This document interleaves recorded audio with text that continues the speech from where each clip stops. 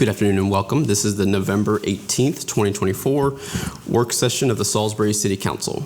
In the event of an emergency, we ask that everyone remain calm and exit through the doors to your right, proceed to the right, and down the stairs. If the hallway is blocked, exit to your left, down the hall, and down the stairs. Do not use the elevator, and let us know if you need any assistance. At this time, we ask that everyone please silence your cell phones. And we will start with a Greater Salisbury Committee Housing Task Force final report presentation by GSC President Mike Dunn and Housing Task Force Chair Bill McCain. We welcome you to the front.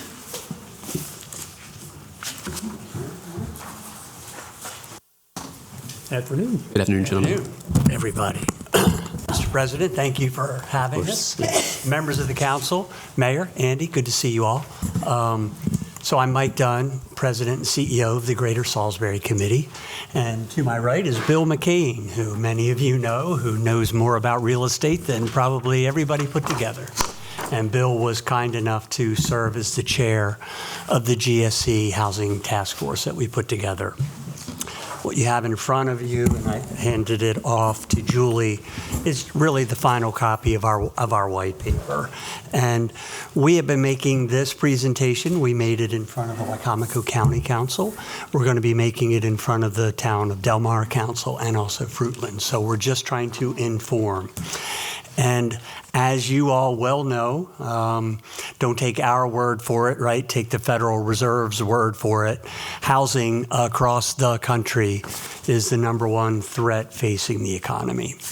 And I applaud the City Council. I believe your Housing Action Task Force, is that what you? Committee. Thank you very much. I applaud everyone for doing that. So, knowing that you all were looking at that side of the equation, we were looking at the other side of the equation, right? Which is that bottom line, in the Salisbury-Wicomico real estate market, we do not have enough supply. We have not been building homes, neighborhoods as we know them, modern neighborhoods, since the recession, the Great Recession. And Bill will speak to this in a moment, way more in depth than I can.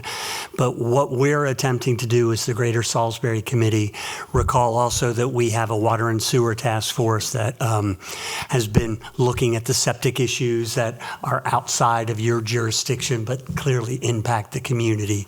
And this was hand in hand with that you know, they do go hand in hand, that we have water and sewer challenges and we also have housing challenges.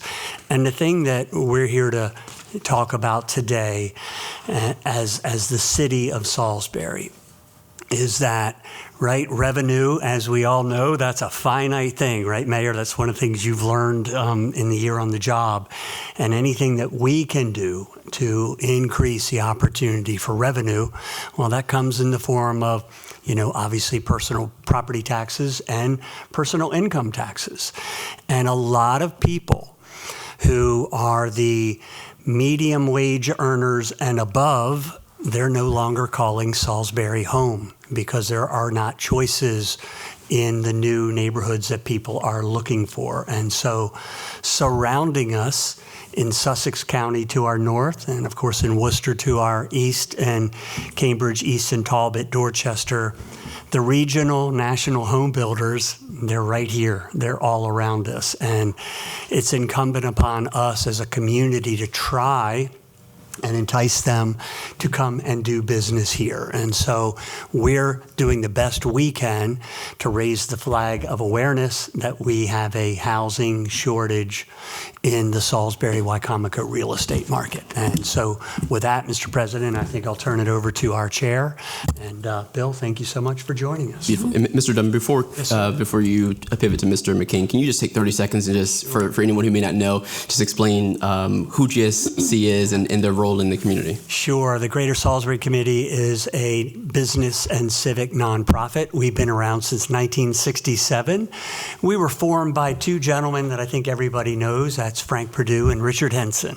And their goal when they were on their stratospheric rise to success was to Okay, it's okay to have that individual success, but let's give back to the community. And so the Greater Salisbury Committee is made up of our top community members and our business owners, our nonprofit executive directors, the principals of companies.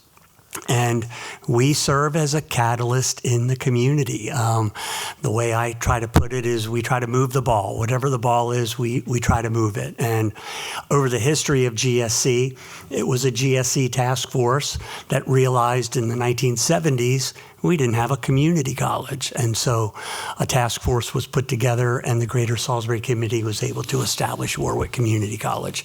In the 1980s, we didn't have a community foundation. So that idea came from the Greater Salisbury Committee. So we look out at the community, look at the challenges, opportunities that exist, and try to address them as best we can as an organization. Thank you, Mr. Yes, Dunn. sir. Thank you. Mr. McCain? Thanks, Mike.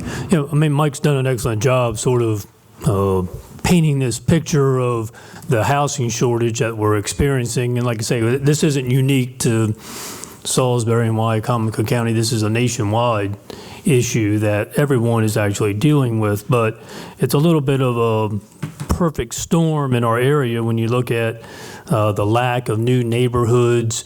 Then you look at our housing in our neighborhoods. It's very aged.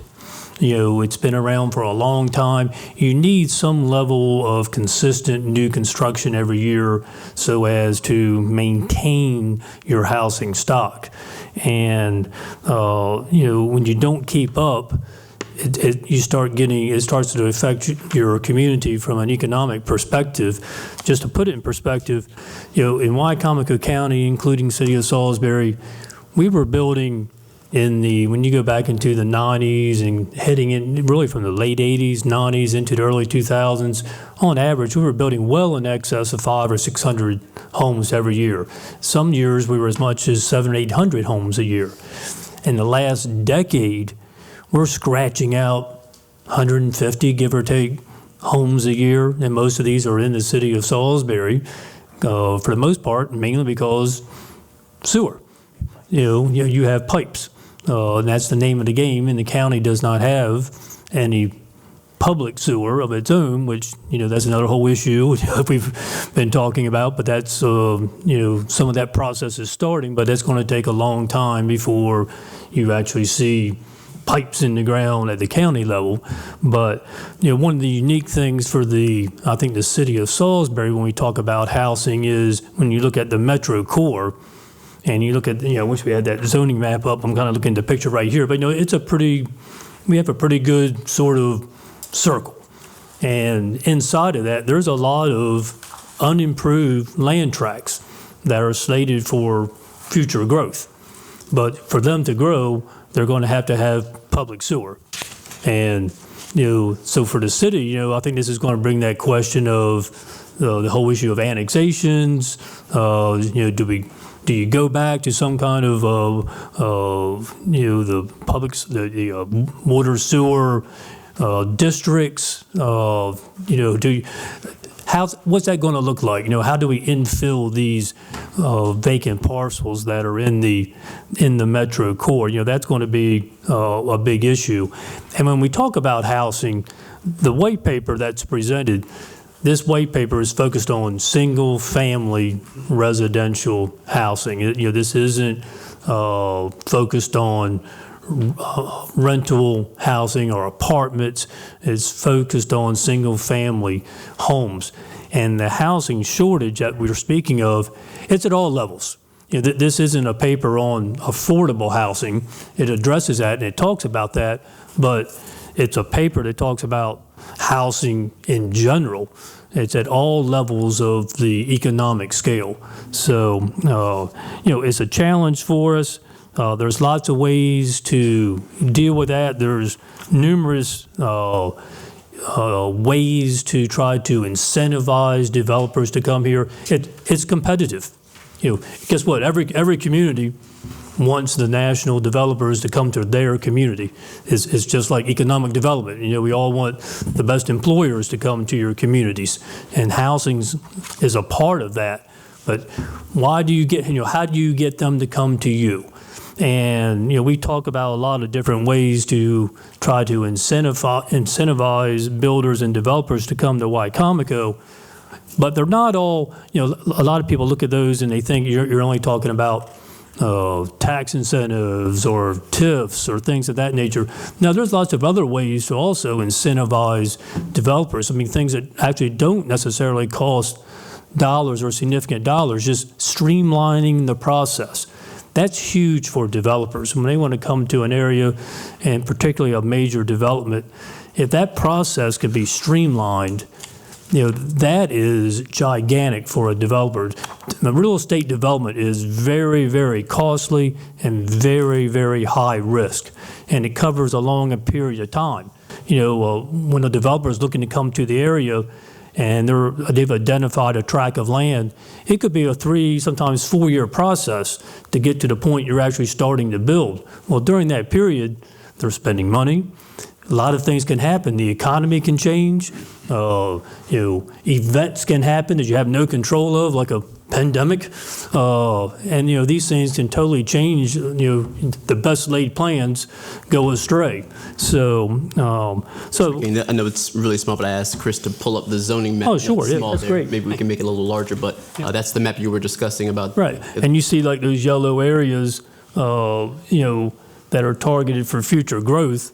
And, that's only going to happen with sewer, with public utilities. The days of well and septic subdivisions is a thing of the past. From a county perspective, thanks for blowing that up even more. That's great.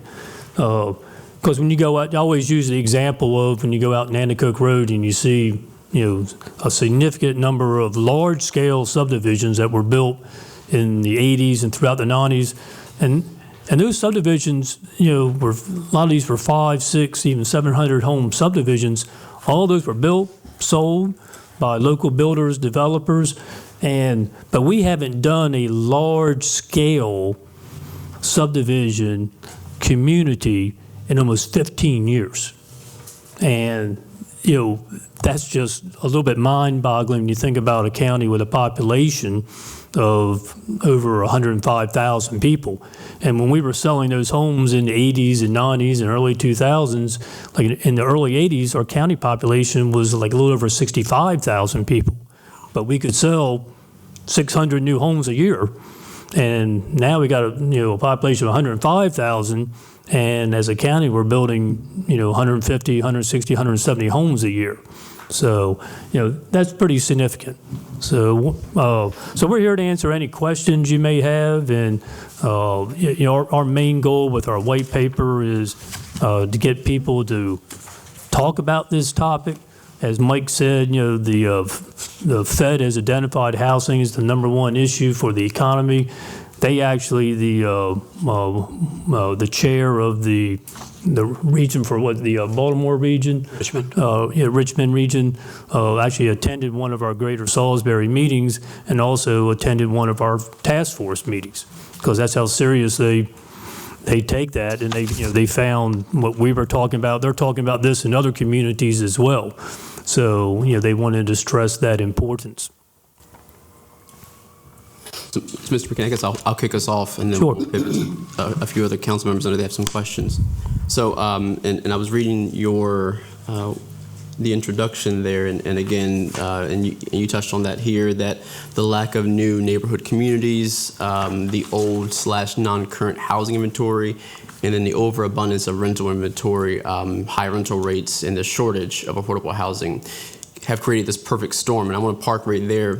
So again, what do you, and no one has the crystal ball and can see into the future, but the option on the table right now and is to bring more rentals into the market, and we're tapping into that overabundance of rental inventory.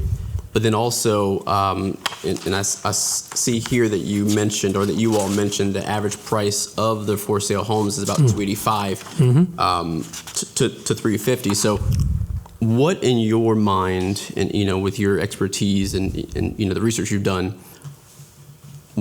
what would help without kind of hurting the system now with bringing on more units?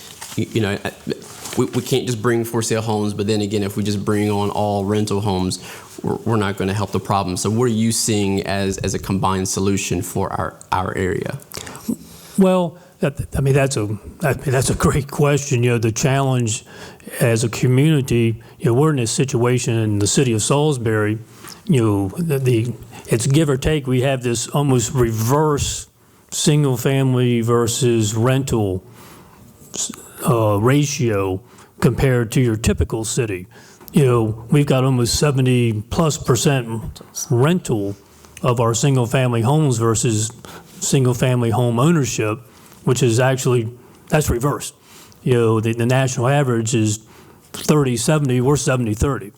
And, in some ways, the good old macroeconomics works in your favor. We're in a position right now where we should be very attractive for single-family home development because of the lack of building over the last decade. And developers are looking. In fact, Mike and I, we actually went and met with a developer just a few days ago, last week. And, they're looking at Salisbury. They're looking at this area. They're realizing it. Sussex County, there's some saturation taking effect there with your national builders. And, some of them have migrated into our market. So we're starting to get some of that attention. So I think, I'm always a big fan of a good old-fashioned marketing plan, telling our story. We have a good story to tell in Salisbury. We have a world-class hospital, we have a university, we have great recreation, we got a civic center, minor league baseball, a zoo. I can go on and on. Not many communities have that. And just good old-fashioned marketing your community, like I say, because it's competitive. And it's going out and talking to these national builders. They're all around us. And I think we need to target them and go to them and tell our story, because I think it's easy for them to just sort of they get caught up in I'll use just Eastern Sussex. That's the hottest market in our region, and they just sort of get caught up in that market, and it kind of occupies all their energy. When really right next door, there's some great opportunity right where we are.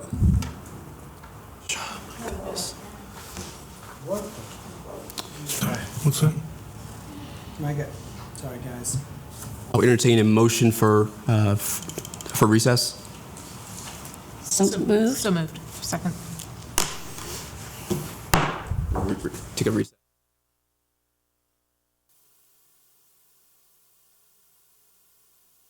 I'll entertain a motion to reconvene. So moved. Second. Thank you. Folks, I do apologize on behalf of that. Again, fortunately, that wasn't broadcasted out, and we are going to limit the interaction on our Zoom and just record the meeting. Again, I do deeply apologize, and we will investigate that. Again, apologize for that brief interruption, but you were speaking to we need to make sure that we're attracting developers here and actually targeting and telling our story with marketing. Yes, and also to be very clear, and the white paper talks about this actually at the end of the second page. We're not trying to be like other counties. We're not trying to be a Sussex County. We're not trying to build 3,000 homes a year. We're Wycomico. We're the city of Salisbury. We're trying to be ourselves and sell what we have, but we're a community our size. As a county as a whole, we should be annually building easily 500, 600 homes a year. We have plenty of demand for that level of construction, and so particularly with our population and our economics. Thank you. Council members? No, can I go? Okay. Michelle, you have anything? Okay. I read the initial, I guess it would be the draft. I was very. Sure. I just want to say a couple different things about it. I think thank you for, this is amazing, and I like to see everything comprehensive and pulled together. It's excellent. It gives a good history, and it also gives a lot of suggestions and actionable items. And I really feel very proud of the council for many years with incentivizing housing and being ahead of the curve. Every city of our size, not only in our state, but across the country, but I'll just focus on Maryland, has a very similar plan that they're targeting for housing. So I know we've gotten a lot of pushback with a lot of things, but I really think that, with the financing, we've talked about the TIF, we've had the Horizon, there is home, and including increasing density. These are all things that we were forwardly thinking about years ago and had been rolling out just prior to COVID and post-COVID. So I really want to applaud the city for that, and I just think this validates, a lot of this research kind of validates that. The other thing is, I really think that this puts it into a tangible idea and perception that Salisbury is not a small city anymore. We are not small anymore. We have grown to the point where we need this development. We have spent decades, and tons of councils have come and gone to get this downtown moving. That was a priority. It's the heart of the city. We cannot leave it go now. We cannot let this heart die now. We cannot do it. We have brought it to this point, and without further action and without further development, it's going to die. And then we're all going to be stuck in the same place with the downtown and thriving development and businesses as we were just even 10 years ago. I'm not one that's looking to go backwards. I'm looking to moving forwards with development. And I just want to just thank you for this, and it just validates this. It validates the, Michelle Neal's report on leadership in housing education reports. It validates all the signatures from the Greater Salisbury, the Chamber of Commerce about the very same things that we've been talking about. We are talking to experts in the field, not a few people who are naysayers. I want to listen to the research and the numbers, and I appreciate this effort. Thank you. Well, I think Councilwoman Blake, your comments are a good segue, and I might look at Mike here, because just last week you might want to share a little bit about the meeting that we had at Greater Salisbury, sort of about really just what you're talking about.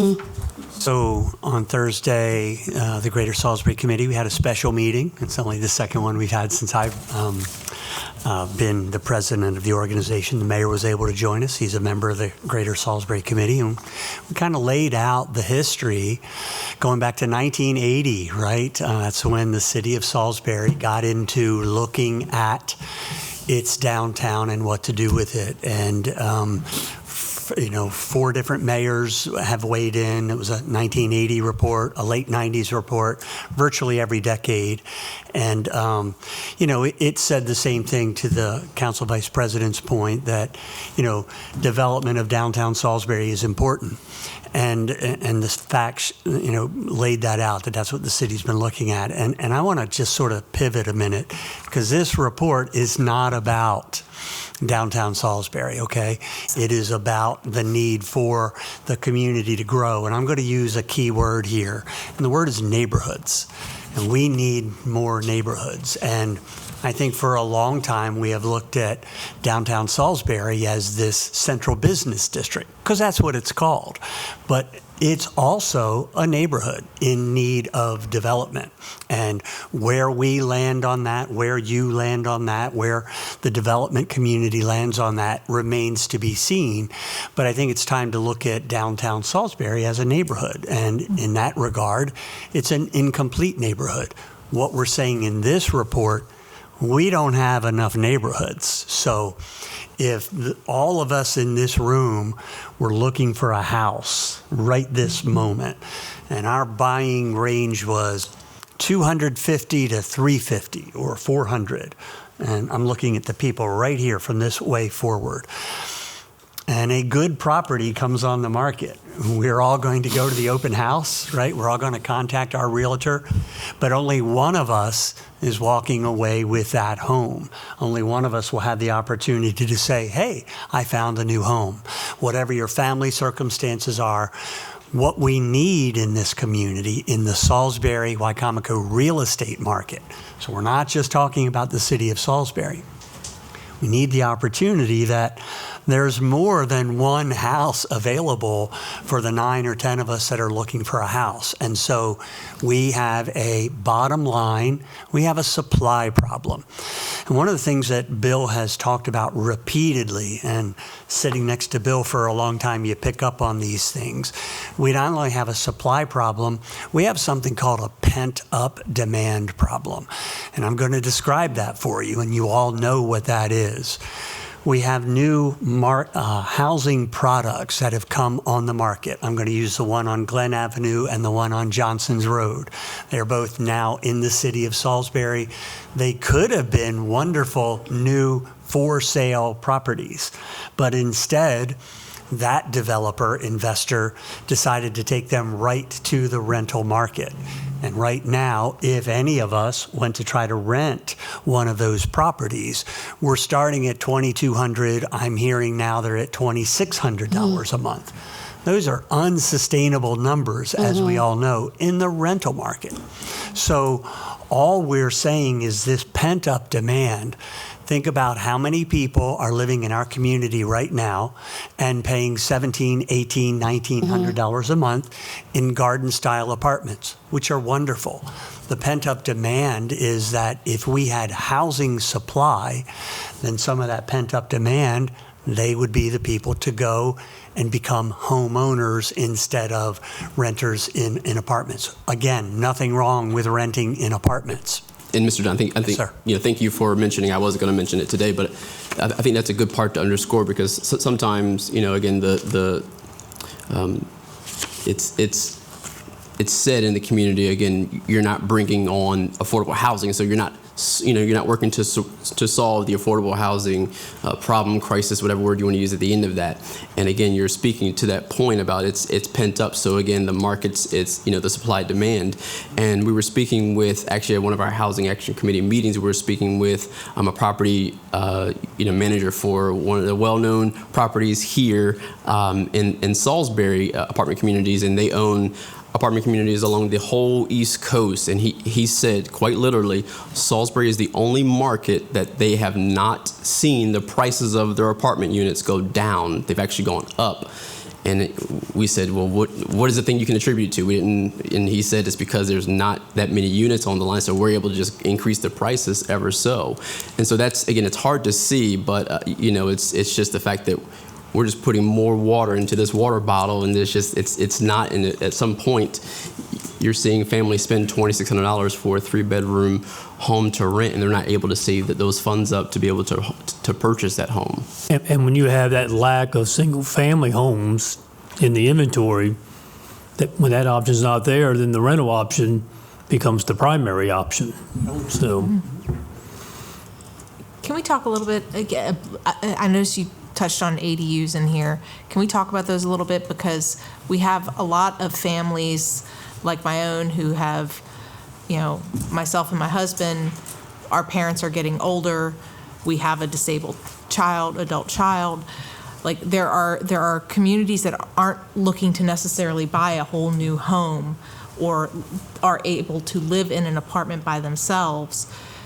ADUs could also help free up some of this stock of people who are trying to age in place or live in their own homes, but they can't quite do it. Having that ADU would actually help free up that home on the market and allow that person the dignity of living at home with their family and not have to go into an institution of some kind. So what do you suggest we do to bring that about, to make that easier for us to facilitate? Well, one of the things that if I might point you to page 6 and the second paragraph, or I guess it's the first paragraph It talks about modifying zoning restrictions Right. to allow for higher density construction in specific regions that can help to increase the housing supply. So as Bill has talked about, again, when you sit next to Bill for a while, you learn some things. Bill goes to meetings like this all over the shore and all over the state and all over the state of Delaware. And I'll brief it and then he can elaborate. One of the things that he notices at all the city council meetings and county council meetings is that the zoning staff is there frequently, almost at every meeting, making forward-thinking recommendations on the very things that you're talking about here. Bill, I might ask you to elaborate a little bit on that. Well, and before I even elaborate on that, I mean, Councilwoman Gregory, I appreciate your comment, because that's one reason we put these type of things in this white paper, is for like the council to have that discussion. What that might look like, et cetera. That's something that you all have to decide, but having that discussion is the first step.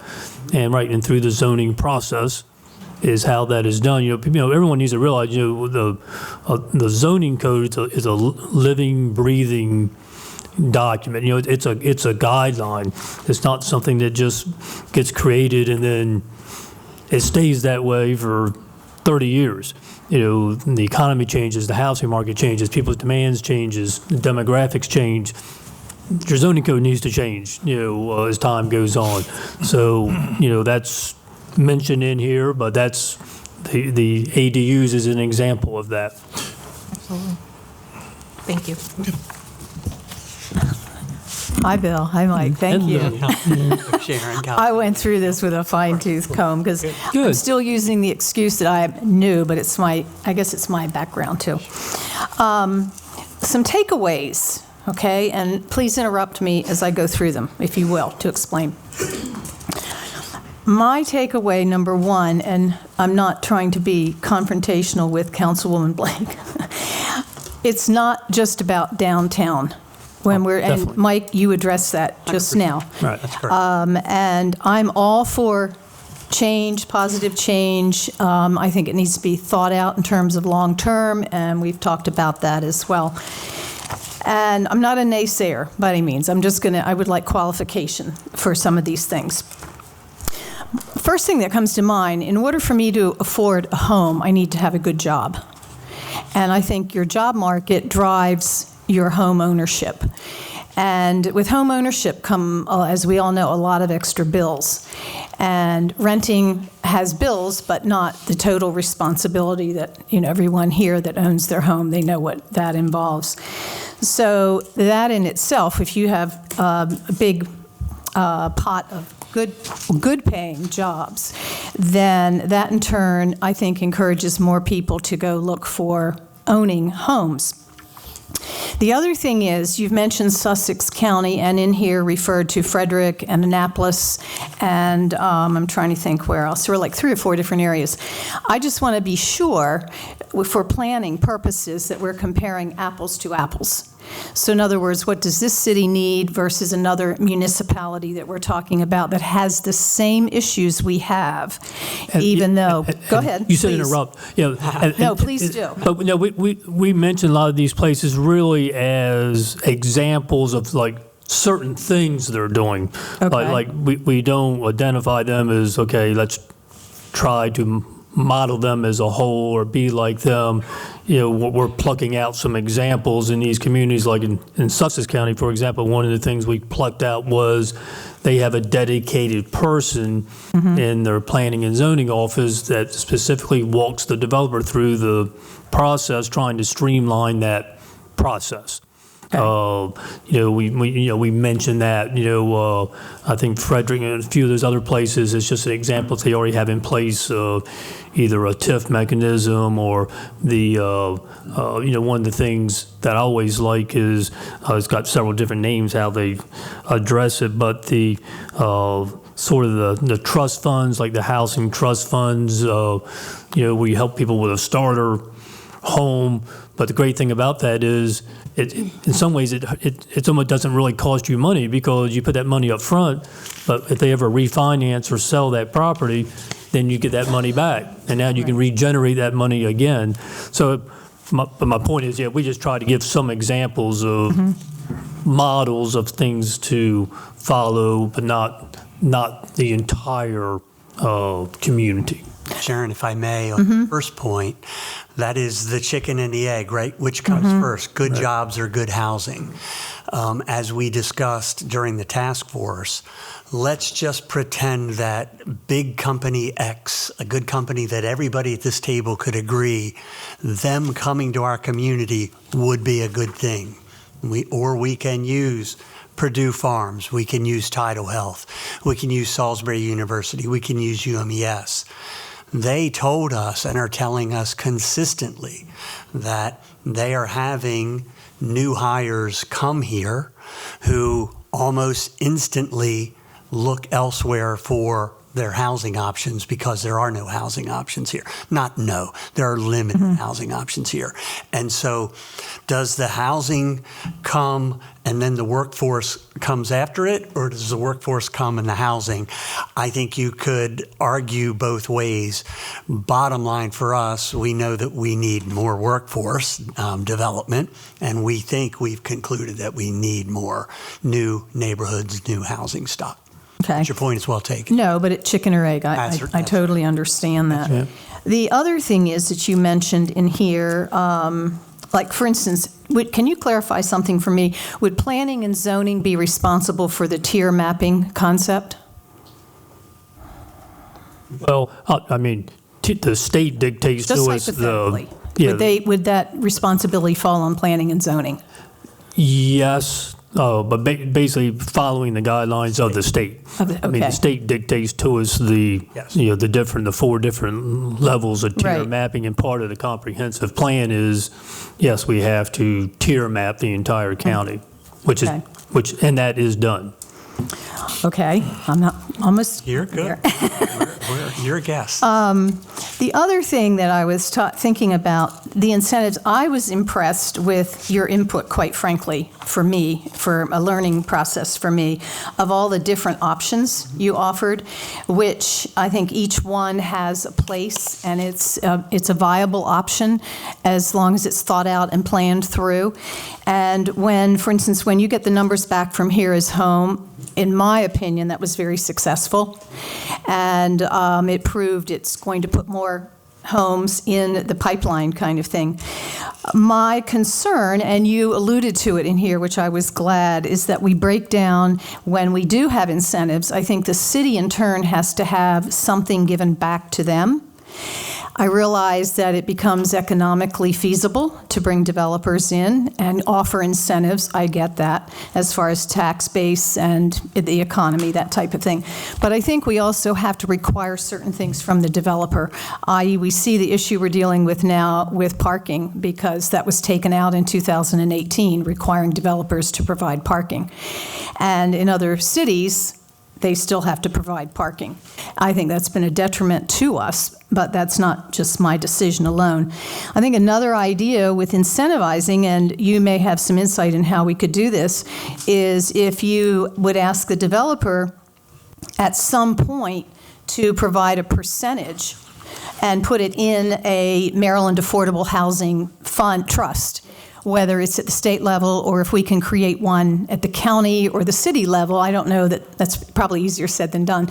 But since it's already been established, we could fill that pot and therefore help affordable housing, which again, I realize is not the focus of this, but it kills 2 birds with 1 stone, so to speak. And the other thing that I know Miraboda had addressed, that if we change things with the size of the lots, making them smaller for building, and you have a lot of houses that are boarded up. So with those comments made, my takeaway from this is a real self-evaluation. I think you have done it as far as giving us input, but I feel that maybe it would be beneficial if we start maybe with planning and zoning, as Bill referred to, that it's not written in stone. Things in the planning and zoning, their guidelines need to be readdressed, and they need to be updated. I don't know who does that. Somebody else here can tell me, I'm sure. But as far as being compliant and/or parallel to what the state planning and zoning may offer, things that you mentioned here that planning and zoning needs to address in order to move more quickly. The city, I think, could reflect on what the holdups are with the permits. I'm sure it is not intentional at all, but if you can streamline that in any way, shape, or form, that would be a work in progress, just like redoing planning and zoning where their holes are there. And then the last thing, I think we are also, and both of you alluded to this, it's city and county. As city sitting here, if we are able to focus from your paper and other input, figure out exactly what the city needs, that includes downtown. I'm not against, I grew up here. I knew what downtown used to look like. I really, my heart of hearts misses it terribly. But again, change happens. So get off your stump, Sharon, and, accept it. But there are other parts of the city that also need attention. And whether it's developing, as you showed on the map, that's something else, whether it falls on planning and zoning or us in terms of addressing these areas that can be developed, not can be or let's okay goes into this black hole. We've talked about it. Figure out a timeline and a plan, how we address the different step by step to get the end result, more neighborhood single-family homes. So that's my take on this whole. Thank you. Thank you. Thank you. I will share. Great take, by the way. One of the national firms that we spoke with, again, we did some good comprehensive work. They do a lot of business in Delaware. They build a lot in Delaware. They quite literally said when they come to do business in Maryland, the red flag goes up. Because everything about our processes, local and state, they're red flags. And so it's simply easier to build homes in the state of Delaware. Yeah. That's all. And Yeah. that's, No, that's true. Yeah, I was just going to say, coming from a family of builders, sure. and having a career in banking, the world has gotten more complex in the world of, and all full disclosure, I think we built your dad's house some years ago. Yeah, you built big homes. It was a cool house. It was a cool house, by the way. Yeah, that's right. But, I personally, years and years ago, there were a bunch of small builders. And of course, that got wiped out in the 2008 wipeout.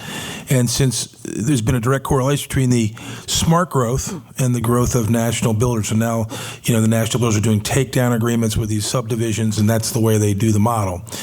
So, and these are sophisticated players. If you look at the more urban markets, they're in the 80s in terms of all new building.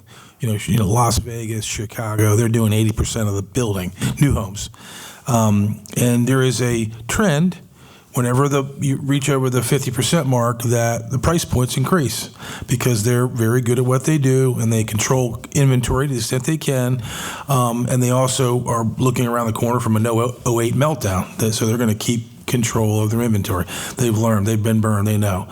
So to the extent that things like Johnson's Retreat happens, where there's a massive 50, 60 unit subdivision that all of a sudden becomes rental, that's pulled out of the potential for single family purchases. So let me say this, I think in reaction to all of those moving parts, all those variables, I think we can incentivize, but not all housing starts are the same, meaning if we're going to incentivize, we incentivize price points for homeowners that make sense. They get a break. If they're doing something else that may or may not serve the marketplace with which we need, we don't give them the break. So maybe that's how we would be able to control and directionally volume to the marketplace to help our problem. And Mayor, to that, I would simply say, as you participated last week, right, all of this is about a conversation. And whether that conversation happens on the front end with city staff, whether it happens at planning and zoning, and to your point, Mayor, every investor, developer with a project, let's remember, we have virtually none right now, so we're at zero. So we want to start somewhere. Well, that's not necessarily true. We've got like 2,200 units in the pipeline, but at some level. Most of them are rental. They're not They're not moving forward at this point in time. Regardless, yes, having conversation, which we've had conversation. The old mall is finally ready. We're having that conversation, right? They have had conversation with the city of Salisbury. That's all part of this process. And Councilwoman DeShield, to your point, these are the rules, and the game is yours to set. It's not ours. We're simply attempting to alert you that there are tools out there that other communities have used that you all can shape as needed with any investor developer who, wants to build product in our community. Well, and to echo on the word that Mike kept using that I just want to reiterate is conversation. That's the whole, I love hearing your comments and your comments, Councilwoman DeShield. That's the purpose of this, is to get people putting this at the top of the chart in their mind and thinking out of the box, thinking about that planning, like you mentioned, planning and zoning, it's planning and zoning. That planning part needs to be, certainly focused on or expanded, because yes, there's, as we said earlier, things are always changing, and if you can plan for what's coming before us, but stimulating ideas, having the conversations, that's the purpose of this. We mention these things. We're not, the white paper isn't solving, nor are we going to solve this problem with a white paper. But the purpose is to initiate these conversations, which it excites me to hear it, to hear the feedback. And Mr. President, if I may, also, let's state the obvious, that the lack of supply and the fact that the Salisbury real estate market, has not been engaged in building housing, that's a 15, 20-year-old problem, which has now intersected in this perfect storm with affordable housing. And so that's a challenge. And your housing action, I always forget what it's called, and I apologize. You all were taking those steps on the affordable housing track. And we realize that this white paper does not address the affordable housing equation. But where I think you were headed down that road, Councilwoman DeShield, is that perhaps within each new development there can be set-asides that the developer can contribute to, that can assist with the affordable housing side of it. But I guess our bottom line is that as you all, as a city government, have the affordable housing echo, and it's here all the time. I watch, I know what you're all dealing with. I know what the community is dealing with. Please don't forget that there is the other side of the community, and that is the fact that we don't have new neighborhoods. We acknowledge both can be true at the same time. We need affordable housing, and we need new neighborhoods that we haven't built in the last 15 to 20 years. Both can be true. I agree. I think that's a good place to park, and we appreciate the time you all have put into this white paper, and then to start the conversation and to engage with us in explaining it further. So again, we appreciate that. We'll, like you said, make it this conversation, so we'll invite you all back. Of course. And thank you. We thank you all very much. Thank you very much. Thanks for having Yes. us. Absolutely. Thank you. All right, this time we'll pivot to our City Administrator, Andy Kitzrow, for an ordinance authorizing the reallocation of federal recovery funds from the Water Sewer Fund to the General Fund. Mr. Kitzrow? Wonderful. If I may, I'd like to invite our Finance Director, Sandy, to come up in case we need to include her in any conversations. Sure. She can tag team it. Sandy, you can just come right up to the table. So the ordinance before you all is to reallocate funding. I'd reached out to each one of you earlier. In the memo, you can see, so the situation at hand is the ARP funding that we were given sunsets at the end of the calendar year. And the project that the amount was allocated to has unforeseen roadblocks, slowdowns. We've been trying to negotiate a relationship with the railroad for an easement. The projects in question is building a fleet building, a service center that is much needed. We are unable to get any traction on that, so we're unable to put that out to bid to procure the funding to move that project forward. Talking with our finance team, we were able to find an alternate project, what's an operating funds to go to our public safety or police department to be able to use those funds by the end of the year. While we were looking, we were trying to see if there's any other opportunities. There weren't any other capital projects that were in the queue that were ready to go. We call it shovel ready for us to encumber funds or to move forward that could have utilized this funding that were eligible projects. So we were talking with Sandy and Olga and our finance department. We were able to use funding from our police department under public safety to use those funds to expend them by the end of the year, and then also free up the funding that would allow that project, the fleet building service at the service center, to continue as scheduled. So this budget amendment ordinance is an accounting to allow us to move the money around so that we can not have to give back money to the federal government and move that project forward. So open for any questions, and Good. if you dive down to any of the nitty gritty, I got my CPA over To here. you, yes. Good. Well, thank you, Mr. Kitzrow. I appreciate you. And I appreciate you taking the time to reach out to every council member and kind of explain that. And again, so we've kind of heard the overview of it, but I want to make sure the public hears this as well. And I told you that. So just to, that I asked you a couple times, in as layman as, as less complicated as possible, can you both explain why we need to move the funds to this account in order to protect that so that they're not returned back to the federal government? Again, seeing this amount of money, people, the public would say, oh, I'm sure there's other ways that we as a city could spend those, those funds. So I just want to have you all explain that, because I asked the same question. Is I could think of literally a million different ways we could spend the money. So please answer that just so we can have it on the on the record. Sure. I'm gonna let Sandy if I have any holes in my argument.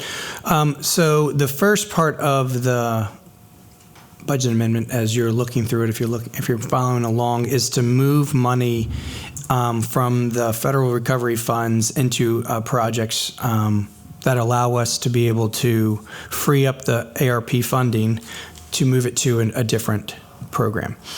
But what it's doing is it's defunding the service center project. So that funding is not necessarily allocated for that project anymore. So moving it to a different qualifying project is the goal. So that would go to the police department. So the ARP funding moves to go to the public safety. What that does is, because it's moving to an operating account, it frees up funding in this year's budget that can go right back to the service center. So the question is, could you theoretically have that $1 million go someplace else? Theoretically, yes. It would leave a 50% hole in building the service center that we have for the last 2 years been planning and designing and moving forward construction documents. So if we were to essentially defund that project, we would need to figure out what we were going to do for that project and use it in some other capacity, because it is PAYGO funds.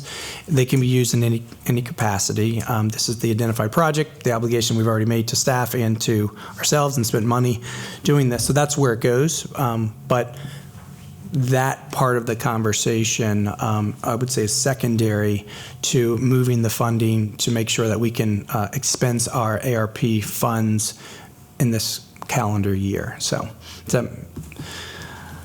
And I think you so you mentioned to us that these funds had to be used towards public safety. It is the identified use that we found. So whether it's a qualifying capital project or a qualifying operating expenditure in public safety, being police department. That's shovel ready. That is shovel ready. So we don't have another million or several $100,000 projects that are shovel ready that could have used this funding. Otherwise, we might have pulled the trigger on one of those. The money must be encumbered or expensed. So without having RFPs built, without having awards given. We don't have anything that's ready by the end of the year to do that. So this is the best solution that we came up with. And Mayor, not to put you on the spot, but I just want to make sure that you chime in that you were part of the conversation and that you blessed this and you gave yourself. You want to take a moment and just given the alternatives, it was the best solution we had to keep the funds and the continuity of the purpose. Does that make sense? The only other option is if we don't encumber it by December the 31st, we would be returning the money. So by defunding the money, it's federal money, so there's a lot of guidelines and compliance to this. And the assistant finance director has been on a lot of seminars and webinars on this, and that's one of the easiest and best way to use it is towards the public safety. So because we can't obligate the money to the service center by December the 31st. It's essentially we're defunding those projects because they're water sewer projects. They were 25%.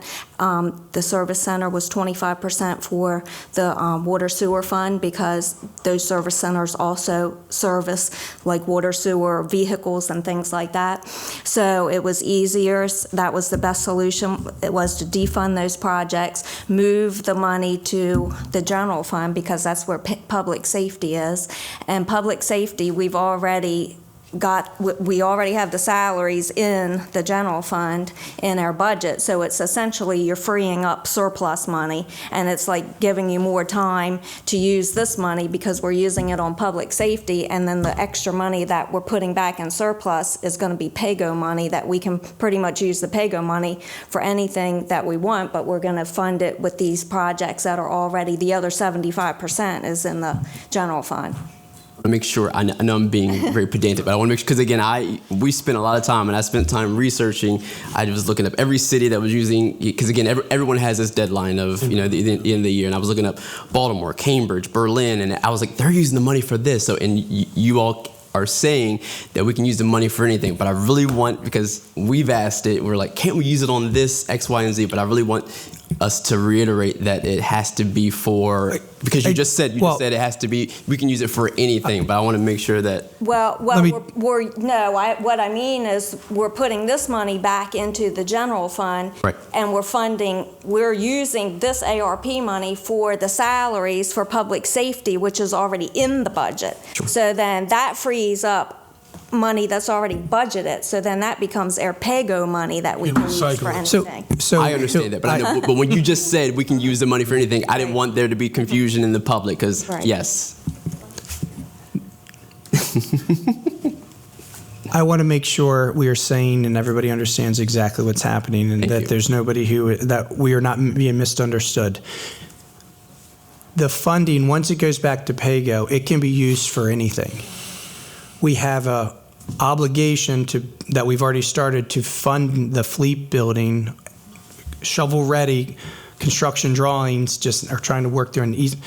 So this $1 million could go to anything, but then we'd be short $1 million and would not be moving forward with the fleet building that is years overdue. So that is where we think is the best use of the funds, but technically, once it's PAYGO, it can be used for anything, but that would be defunding a project that we are trying to move forward. So this gives us the opportunity to move money, to flip-flop monies into two accounts, buys us time to continue down the service center that we're ready to go with, and fund this project. So what the original goal was, we just keep going, we're just moving the funding, so. Council, question? So, Mr. Kitzrow, when you say public safety, under that title, there are certain areas that apply for using this money, as opposed to us just saying, well, public safety could be infrastructure items that have been, a concern that have been presented to the council. But the public safety, by definition, definitely at the top of that would be our police department, correct? That's how we define public safety. It's Okay. typically our police department and fire department. Instead of saying the safety of the public, it's public safety is used that way. But thank you for clarifying that. But this money would be going toward the police department accounts. Right, okay. Any other questions? Any other additions to this? Okay. All right. Council, we have consensus to move this forward? So moved. Yes, perfect. Thank you all for explaining that, and we'll see you next week. At this time, we'll pivot to Colonel Drewer for an ordinance to accept funds received from MDHCD to purchase and install cameras in the parking garage. And I think we have Chief Mindshine joining as well. Chief.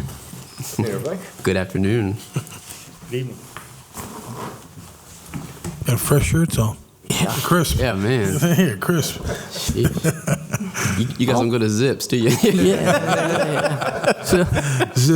So I'm going to just start, and then I'll turn this over to Colonel Drewer. But this is money that we received from the Maryland Department of Housing and Community Development, $80,000. Was specific money. It was geared towards cameras in the downtown area. There is going to be a correction to this ordinance that we noticed late in the game. Council President, I think you're aware of the language. It says cameras to be installed inside the parking garage, and this is actually not inside the parking garage, in the exterior surrounding area of the parking garage. Of course, this enhances our ability to secure the downtown area.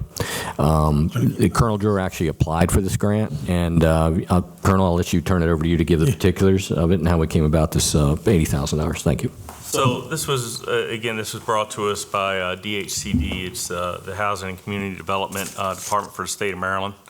Was advertised last February with a deadline, I believe it was in April. We have been trying to put cameras on the outside of the parking garage because of a lot of the activity that we do have in that downtown area, you know, between festivals and, you know, the new park now that is down there. We felt like we really need to have some cameras up that would help become like a force multiplier for us, you know, as far as like any illegal activity or just for the safety of our community members in and of itself. We had a proposal for this about 5 years ago. I sat down with the IT department, and as a result of that, we requested $80,000 for the purchase of 10 pan tilt zoom, which means that they will pan from side to side. They will zoom in for better clarification of anything, and they can follow. Now, they are not audio ready, or the ones that we are looking at purchasing are not audio ready.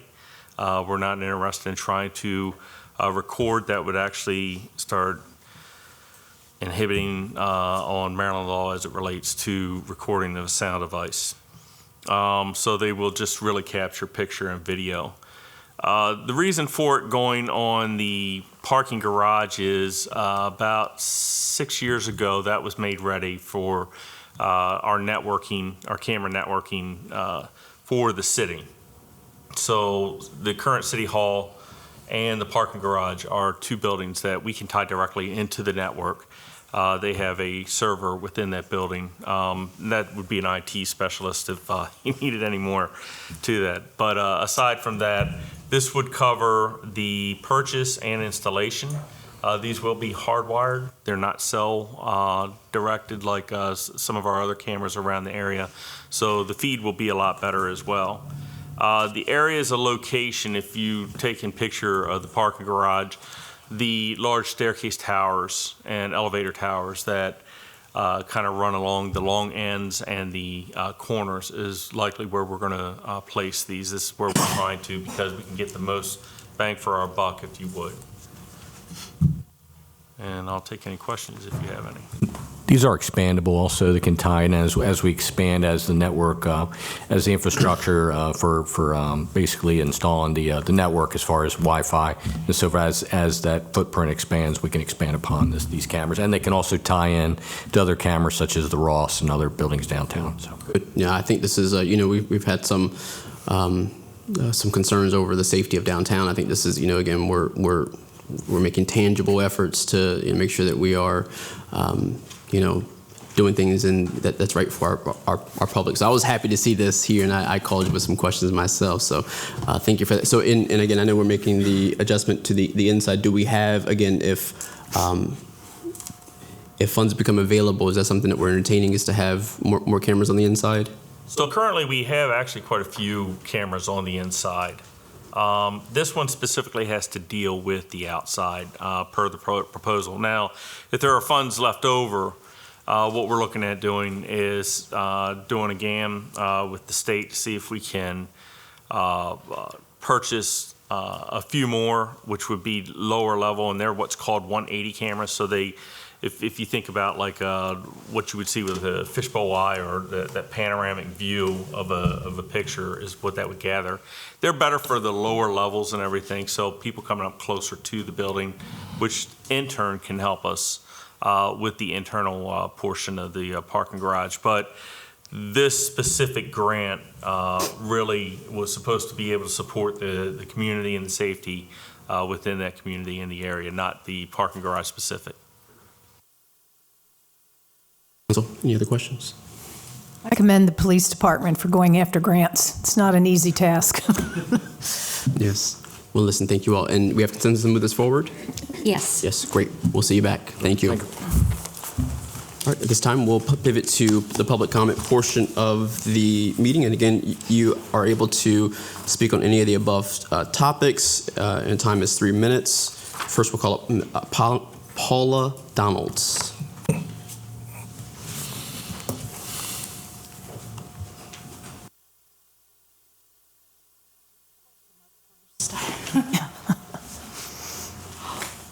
Just give me a second, please. Scratching my head on all of this. So, I'm going to address the Greater Salisbury Committee's housing report focusing on new development while ignoring established neighborhood roads like Shoemaker Manor's community roads. Vice President, Councilwoman Ms. Blake, in last evening's meetings, you stated our roads do not meet formula for repair and are in great condition. Ms. Donalds, I want to make sure we're talking about the actual items that were listed above, and I want to make sure we're staying on task. So if you want to make sure we're pivoting back to Again, the task report. Greater Salisbury Committee Housing Report. Their report is for moderate homes, but they failed to go into other portions of the report. So our development is a development that was not completed. And you're bringing developers into Salisbury, into Wacomico County. How do we know if developers aren't going to leave the city high and dry like they did with our Shoemaker Manor? So yes, this goes inside with what has been said tonight. Again, Vice President, Councilwoman Ms. Blake, in the last meeting you stated our roads do not meet the formula for repair and are in great condition. Red.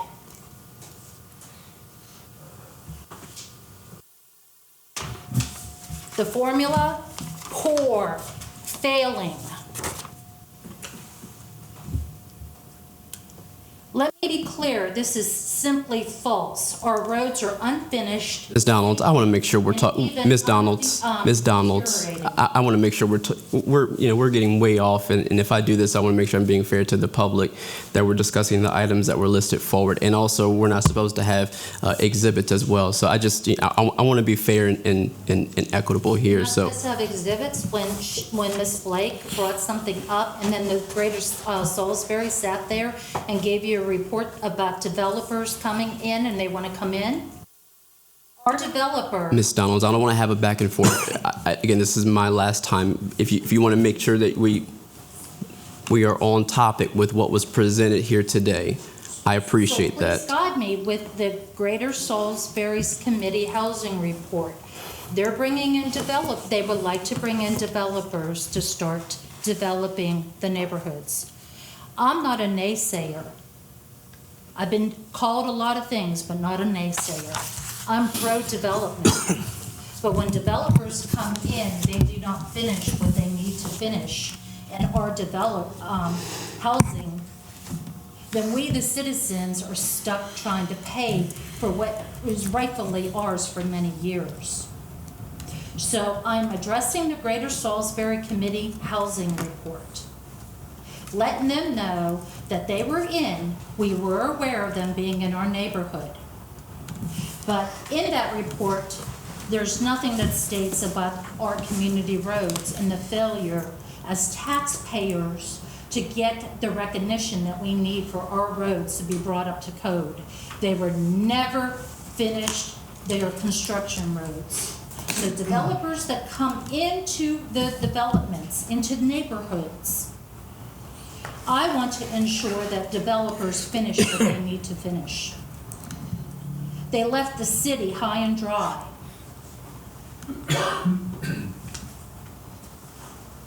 So, can I finish? Or am I going to be stopped again? That's up to you, Mr. Doughty. Because the report here is saying poor, red. That's the pavement condition of what the developers left us with. Now, that being said, not even on the CIP period. The other thing is the money, the newfound over $1 million money. I'm still scratching my head on that one, but I get it. It's the federal, let's see, recovery funds that need to be used before the end of the year. Congratulations, police, Salisbury Police. You do deserve it. You really do. In fact, I think the fire department deserves it. But you know what? The newfound money can solve the problem. As Mr. Bob Taylor wrote to all of you this morning, Salisbury should earmark this over the $1 million to repurchase the parking lots that Mr.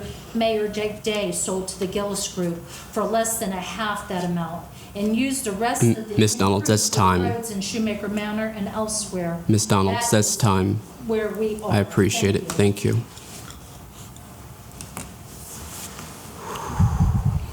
Next, we'll have Robert Taylor.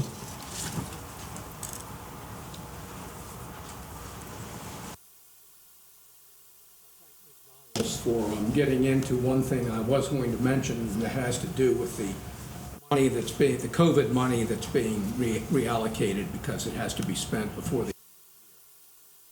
Obviously, many things the city could spend that on. Streets, many places are in terrible condition. Jake Day let things go for many years.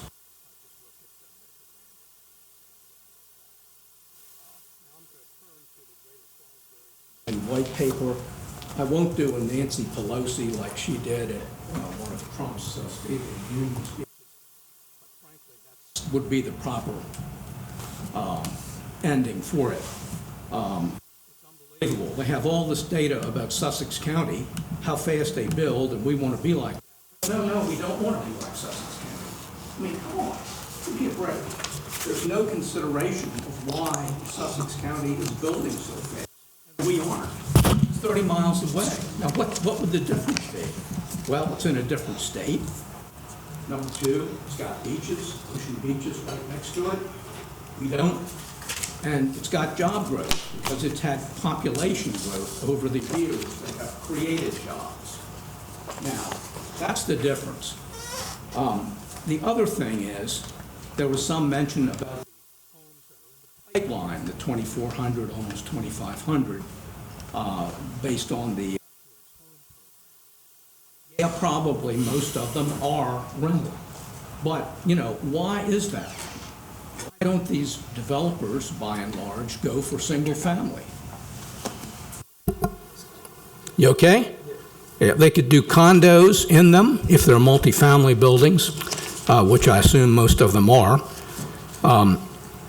And why don't they do it? Well, the simple answer is, our per capita income in this county is the third lowest in the state. And people just can't simply afford to buy homes by and large. Yeah, there's some if you come and work for Purdue at a higher management level. And the reason that they're scarce is, and Ms. DeShiel hit on this, is the TIER program that the state implemented about 15 years ago. That's essentially stopped single subdivision projects in the county. And that's why there's a surplus, a shortage of really high-end homes. But bear in mind, they don't sell out fast. Look at Village Downriver that was done about 15 years ago. I think they're still selling there. Bill McCain had a lot there at one time, which he sold for a loss, I understand. And in any event, That's the problem. And this thing doesn't focus on what the problem is. The problem is we don't have job growth here. Look at Mike Wisner's letter that he sent to you. His suggestions are very valid, and he's very competent at this. Thank you, Mr. Taylor. Okay. Thank you. I'll send you more later, because you certainly need it.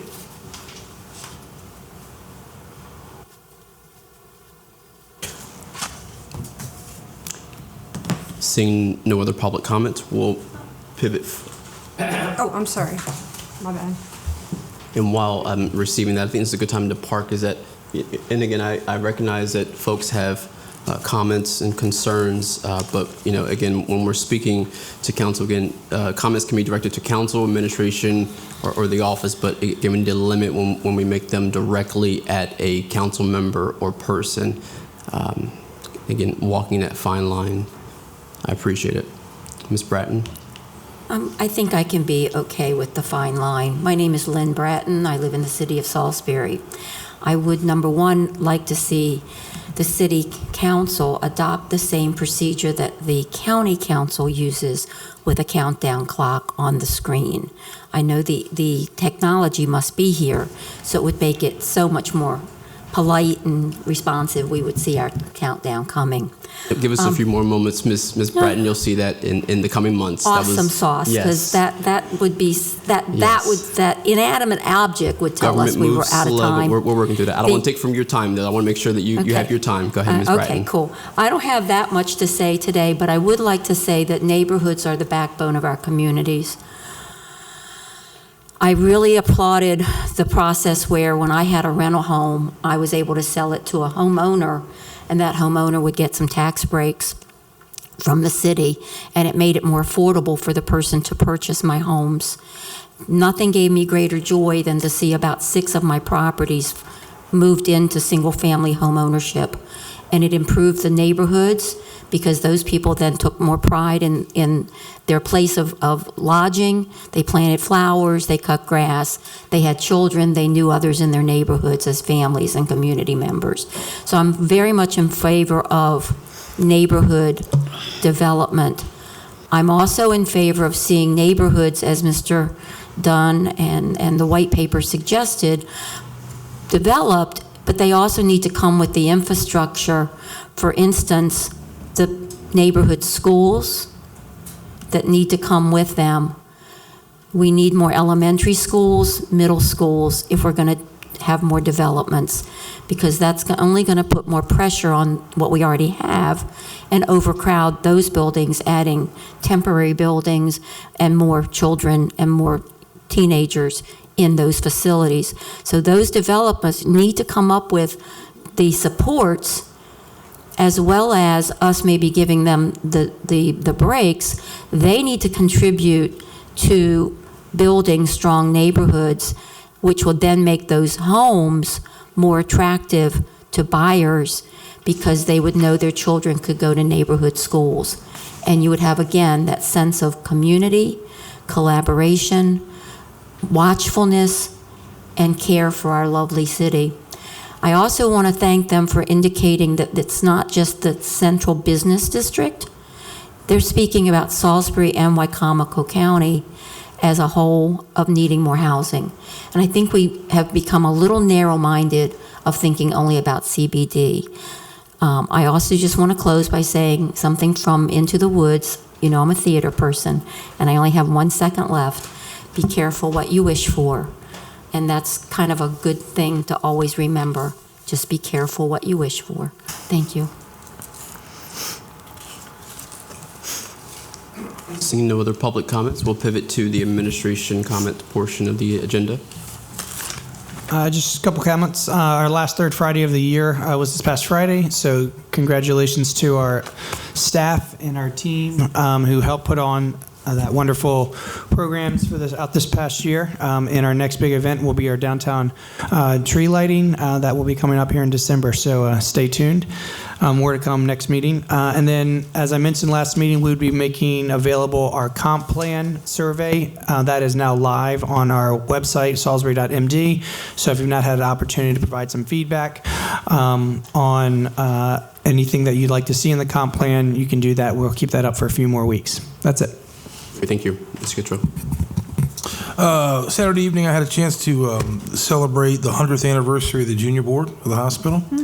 And the volunteers there that raised money raised $100,000 as a sort of a surprise for the junior board. So that was great to be a part of.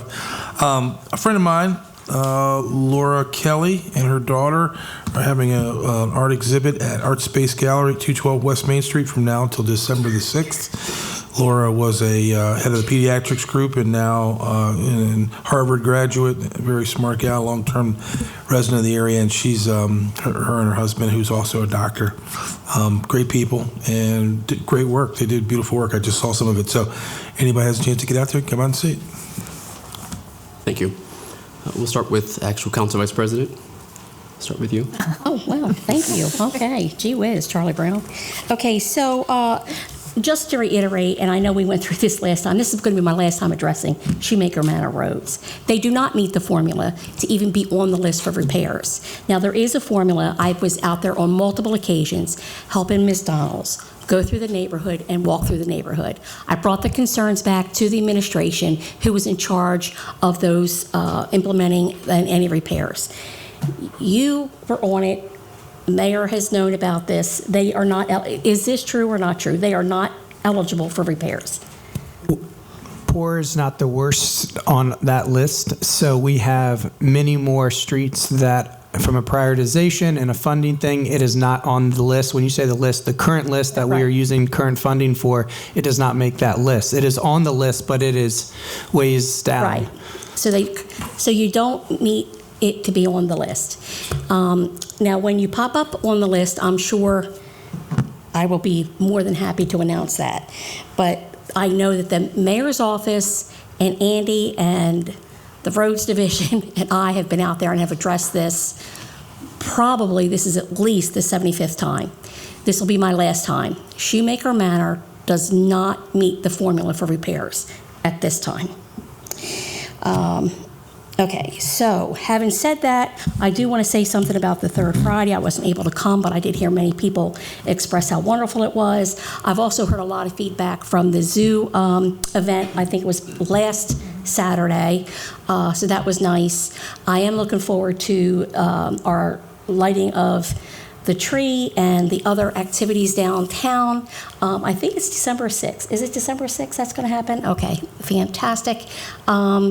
And as always, sorry, the 7th. Oh, I'm sorry, this is December 7th. If you are blessed enough to be healthy enough, please donate blood. Please donate plasma. Consider being an organ donor. Thank you very much. Thank you, Council Vice President. Councilwoman DeShiel. Okay. I had fun this past week. April, Councilwoman Jackson and I had the honor of attending the Veterans Roundtable that Molly Hilligoss and her group with Habitat sponsored. And there was a lot of feedback. They had a nice panel and a commentator who are just trying to open up this whole issue of the vets, the needs that the vets have on the Eastern Shore. And they're really at a loss for a lot of services. And it's kind of opening dialogue to find out what they need and how we are able to address it. Councilwoman Jackson and I and the mayor attended the Adopt a Block, which is really a cool place. They have a Bread of Life market. They're working with the Food Bank of Maryland. And this is an outgrowth. Emmanuel Church has been, walking the blocks for years. And now this has come to fruition where they can really meet the needs of the people in that area. It is right next to, it's actually on Benny Street. So it's in your Church Street, Isabella area, and will be extremely helpful for everyone. Operation We Care took place yesterday. Thank you to Jeff Merritt and his wife and all the volunteers that showed up.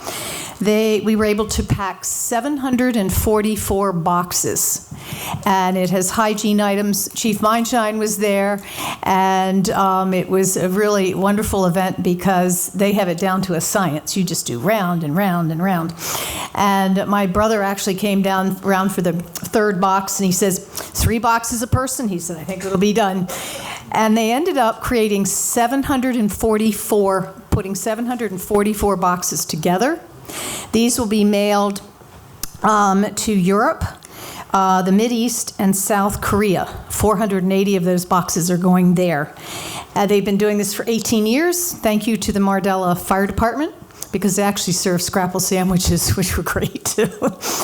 I had a great zoo visit. I wasn't able to go when the rest of the council members went, and Chuck, who is the director, took a friend of mine and I through the zoo. Holy cow, that is a great visit if anybody wants to, partake in seeing the animals up close and personal. They know every animal's name in the zoo. I have trouble remembering my own name sometimes, but anyway, it was great. And lastly, what you will hear from me over and over and over, please, please Google Hands and Hearts Ending Homelessness, because we need your help not only to work registration for intake and also for supplying food. We registered 28 homeless men this past Saturday night when we opened.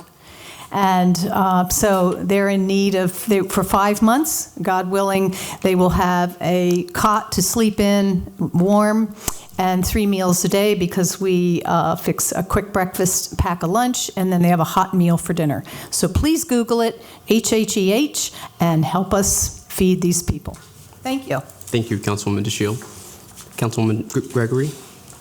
Not much. Everybody else has covered everything. This is pulling the short straw, being last. But I do want to highlight the library is having their fall book sale. I believe it's Friday or Saturday from 10 a.m. to 4:30 p.m. Friday. Friday, 10 a.m. to 4:30 p.m. If you're looking to get some books, that's a good place to go. Keep them from being thrown away or discarded. Go get some books. Get cheap. Yes, very cheap. Much less expensive than Barnes & Noble, I will say that. Thank you, Councilwoman. A couple things going on. We've had I think in the last week we've had a pretty dark time in our community. I know a staple at Y High, Mrs. Susan Ward, she unfortunately passed away, and I know her service is this Wednesday at Holloway Funeral Home at 2 o'clock. She left quite an impression on everyone that she met. And so I think I just said Saturday, didn't I say? I said Wednesday. Okay. I'm sorry. The funeral is, or the service is this Saturday at Holloway Funeral Home, starting at 2 o'clock. Also, I know that we had some events this past weekend on the west side of town. Again, our thoughts are with that person who is still in the hospital. And we ask that everyone just be safe. And again, just, hug your family members and your loved ones. And again, our community is hurting once more. And that brings us to another point, is that, when we talk about, public comment here and rules and those things, Julie, our city clerk, can attest that we've explored many options to make sure that these meetings run smoothly for myself, for council, and everyone here. And that, so anytime that, we're making sure things are in line and believe it or not, we've been quite lenient, and I've been, very lenient. So, anything or any suggestions we have, or anytime we stop and pivot, it's really disheartening when that's met with a lot of resistance. Again, these roles are hard enough, and we want to listen, but when consistently it's met with resistance, it is disheartening, and it causes a lot of confusion. So. We appreciate the input, and just know that anything we do here on this side is to make sure that it's better for everyone, and that things are going smoothly on this and for the public. So the United Way emerging leaders will be doing some care packages for Thanksgiving. If you want to go to their Facebook page, you can hear about when we'll be riding around to all the 3 lower counties, Wacomico, Worcester, and Somerset, taking Thanksgiving meals. JA has their Leadership Academy this Thursday. I'm a proud board member, and I'll be there on the panel. Wonderful event that they have going on there. Title Health has their community clinic. I'll be attending that on Wednesday. Salvation Army had their Red Kettle breakfast last week, and they invited me, and I was their keynote speaker, and it was wonderful just to be there and to kick off that campaign. I'm excited to get out there and ring the bell, and it's definitely a thing that I remember as a child, hearing the bells ring when Mom was Christmas shopping. So I'm excited to be on the opposite end of that, and just to share my story as well. That was really heartening. So they want to raise $118,000 this year. So we want to help them out with that, and with their Angel Tree, a wonderful item where you take a tag and you're able to purchase a list of items and gifts for a family that is truly in need. I want to say I'm really proud of our partnership between council and administration and the mayor's office. Just communication, it has been superb. So again, thank you all for that. We appreciate you all taking the time and queuing us in and make sure that we're well informed. And then last but not least, in 2 days, we will reach the 1-year mark for this new administration and council. We have been elected, so we can no longer say we're new. We are a quarter of the way there. It's been an impactful year. I look forward to what we're going to do in the next 3 years, and definitely make the difference. So, yeah. It's felt like longer, but we have. It sure has felt like longer. Yes, it has. We have three wonderful years left. So, again, with that, thank you all for your participation and your feedback. And this meeting is now adjourned.